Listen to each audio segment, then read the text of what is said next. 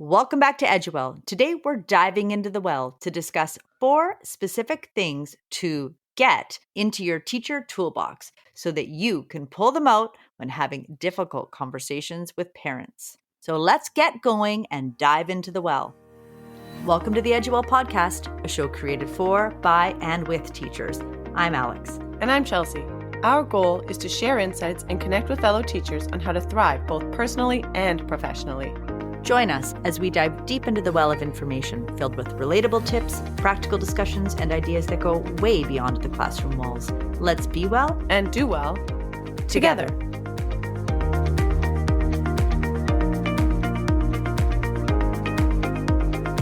All right, Chelsea, I don't know about you, but I have had many difficult conversations with parents, and that is something I did not feel prepared for when I was new into the career. How about you?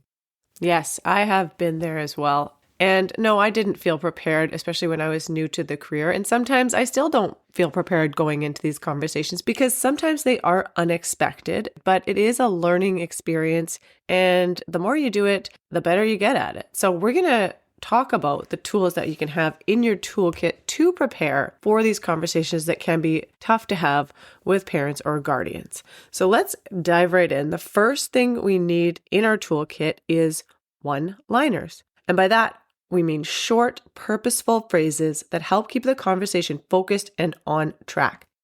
These are especially helpful when you're short on time or when a conversation has the potential to go off the rails. These one-liners can kind of help you make your point clearly and respectfully without having like a 30-minute back and forth. So they're kind of like verbal boundaries that keep things efficient and professional. Because really, sometimes the person on the other end doesn't know that you have to get to a class or that you have to get home after school or that you have something that needs to be done. So Alex, how would you say this looks? First of all, we have to make sure that we always have a warm and inviting voice. That is, to me, key number 1, the vibe that you're putting out there. So, of course, you do your back and forth at the beginning of any conversation where you just do your pleasantries. And then you have to get to the point as to the purpose of your call. Very important. And you also want to set some boundaries around the phone call, like you just mentioned. And Chelsea, I love how you mentioned that parents don't necessarily understand. In many jobs, it's easy to get away and make a phone call. So you explaining why you may have to put a time limit on the conversation really sets the tone for what can and what cannot be talked about. So you could say, I'm calling to discuss your concerns about your student's report card. I have a window of about 10 minutes before my next class. Would this be a good time to chat? And in doing that, you are establishing the amount of time that you have, but you're also honoring and respecting the fact that they may not have the 10 minutes in the moment. And you're essentially asking what does work for them time-wise. So that's one way that you could go about this. You could also say something along the lines of, I've got a short break right now, but I wanted to quickly discuss whatever your topic may be. Big picture here is you're establishing the time that you have so that no one is getting offended. I find, Chelsea, that sometimes people really start telling you the narrative of the why. And there's a lot of reasons why students might be having a rough go. And you don't want to cut someone off in the middle of a parent telling you, something really impactful that can leave a bad taste in someone's mouth. And it feels really awful as the person having to cut that conversation off. I know you've been there. I've been there a million times. Yes, I've totally been there too. And it's such a tough spot to be in. You don't want to seem dismissive, especially when a parent is sharing something personal or emotional, but at the same time, you have to work within the realities of your day. That's why I really like the idea of leading with a clear time frame. This has worked for me. It sets the tone right away and it helps both people to feel respected. So it gives the parent a chance to opt in or suggest a better time without feeling like they've been brushed off. And I found that when I start that way, it usually leads to a more focused and productive conversation, even if it is short. But like you said, you are talking about their child.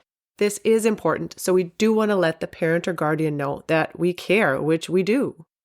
Right. And that goes to relationship. Like you said, it's if you build that relationship and there's a face to the name and there's conversations that you've had that were positive, you're building that relationship, and the likelihood that someone will know that your intention is good more so if they've already talked to you and had a good experience. So you can't discount those kind of steps along the way that will create an opportunity for a more receptive conversation, right? Those small actions, once again, talking about those small actions over time, they really build up the relationship. Yeah, that's true. And that relationship can help with future conversations. But if you do happen to have a very difficult conversation, like maybe there was a disagreement or you didn't feel that it went the way you wanted it to go, then we need to discuss our third get, which is get resilient. There are times when you may have a conversation that leaves you feeling defensive. And of course, we have to maintain our professionalism. So, how would you say we work with that, Alex? Oh, Chelsea, you threw that one my way. I find it really it's so challenging when a parent calls and essentially their complaint is you. Right? And they're in defense of their most precious human being, their child. And sometimes it's really hard to hear something that is non-complimentary about your style of teaching or something that you said or a mark that you gave to somebody. And I think I think the idea of get resilient here is key. A lot of times when we're receiving the phone call, people are at the heightened moment of emotion, right? And they're feeling it really strongly. And so you're not defined by one parent's reaction. You're not defined by one critique. Um, and how you deal with this in the moment is really key. I mean, unless it's a situation where someone is being, you know, verbally accosting you, there is a level of listening, taking a deep breath, accepting feedback, and of course, we talked about some responses, and then moving forward with some resilience and some reflection. And that is really challenging, is to sit with it, reflect on it, what happened, what was the perception, what was said, and then to analyze it and think about how you can move forward. I'm going to add to that, to the get resilient, and that is get support. So you cannot respond in the way that you might in your head want to respond because you're a professional. So you're going to use those one-liners. You're going to, have your professional way of dealing. Make sure that you have someone that you can trust to go and talk to after a tough conversation and, troubleshoot. And if you're really hurt by the conversation, like get that support and get some ideas. And we've talked a lot about that in the podcast, the importance of leaning. Other teachers understand what this feels like because there is no one listening to this podcast who's been in the classroom who has not experienced a tough phone call with a parent. So yes, get resilient, but also get support, get someone to talk to after a phone call. Chelsea, I have felt after a really tough phone call with a parent, like I've been punched in the gut. And then Yes. and then you got to go and you got to teach the rest of the day. And you feel this just awful feeling. There's something really personal about it. I've waitressed, I've had complaints from customers or moments where, something happened that was critical. It just feels different than this. This is always a tough pill to swallow. It is because you care a lot about what you're doing and you care about the student. And sometimes you feel like your efforts are not enough or you're not doing the right thing. But if you're doing your best in the moment, then that's all you can do. And if the conversation didn't go as you wanted it to go, well, sometimes you just need to leave it alone. You need to let it go and you need to just not think about it so much because all you can do is learn from it and move on. Well, you can get into that you can start ruminating and it can start Yeah. consuming you. I Mhm. received a phone call, I got feedback, these are the changes that I made, this is the communication I had as a result. It's done. Right? You have to be able to move forward. Otherwise it can just eat you up. So staying positive is clearly very important. Exactly. You need to be able to process it, take whatever lesson there is, and then let it go. Otherwise, it just lingers and weighs you down. And honestly, some conversations will leave you feeling drained no matter how well you handled them. That's why the last get is so important. Get away. Sometimes you need to physically or mentally step away so you can reset. Whether it's a walk, a quick vent to a colleague, or just some deep breaths, giving yourself that space can make all the difference. And before you can do that, you often need a clean way to wrap up the conversation. So here are a few phrases that can help you respectfully bring things to a close. You could say something like, "Thanks for sharing that. I appreciate you taking the time. Let's follow up if anything changes." You could say, "I'll make a note of everything we discussed and continue to keep an eye on things. We will stay in touch." You could also say, "Let's revisit this if things don't improve in the next little while. For now, I'll continue to monitor it from here." So something along those lines, it gives the conversation closure without feeling abrupt, and that can make it easier for you to step away and reset if needed.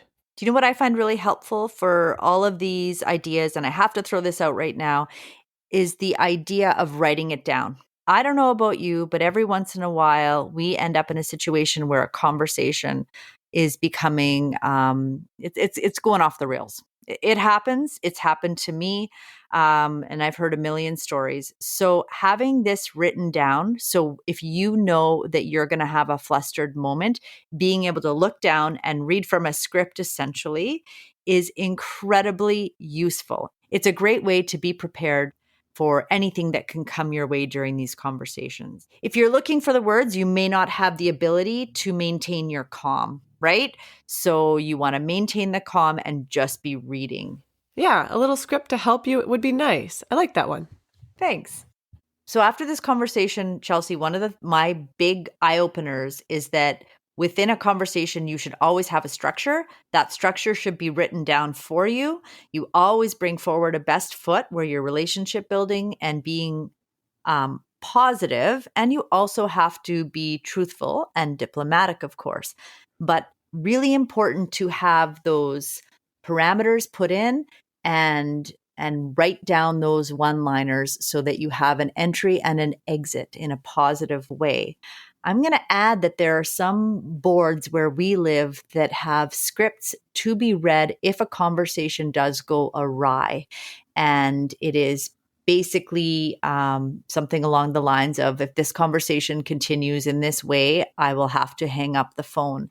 And I think always having a plan for worst case scenario is important. And I also think that we should always expect best outcomes and hope for best outcomes. So I'm not being a negative Nelly, but the reality is that sometimes things can go awry, and make sure you're getting support if that happens. Absolutely. Having that positive outlook, as we know, has been really helpful for us in our careers. And now, on the note of entering and exiting, we have started this conversation in a positive way, and we're going to end it that way too. So it is time to wrap up this episode with our 4-5 takeaways. Number 1, get those one-liners. Use clear, concise statements to manage time and set expectations at the beginning of conversations with parents. Number 2, get positive. Build a positive relationship with parents by sharing good news regularly, making those tough conversations way easier. Number 3, get resilient. To take some time to reflect, but move on quickly if necessary.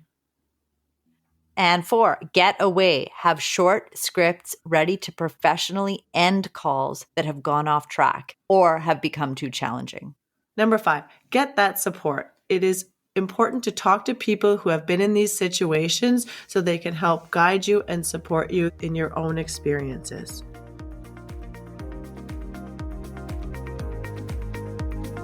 Thanks for listening to the EdYouWell podcast. If you enjoyed today's episode, please share it with a friend, subscribe, and leave a positive review.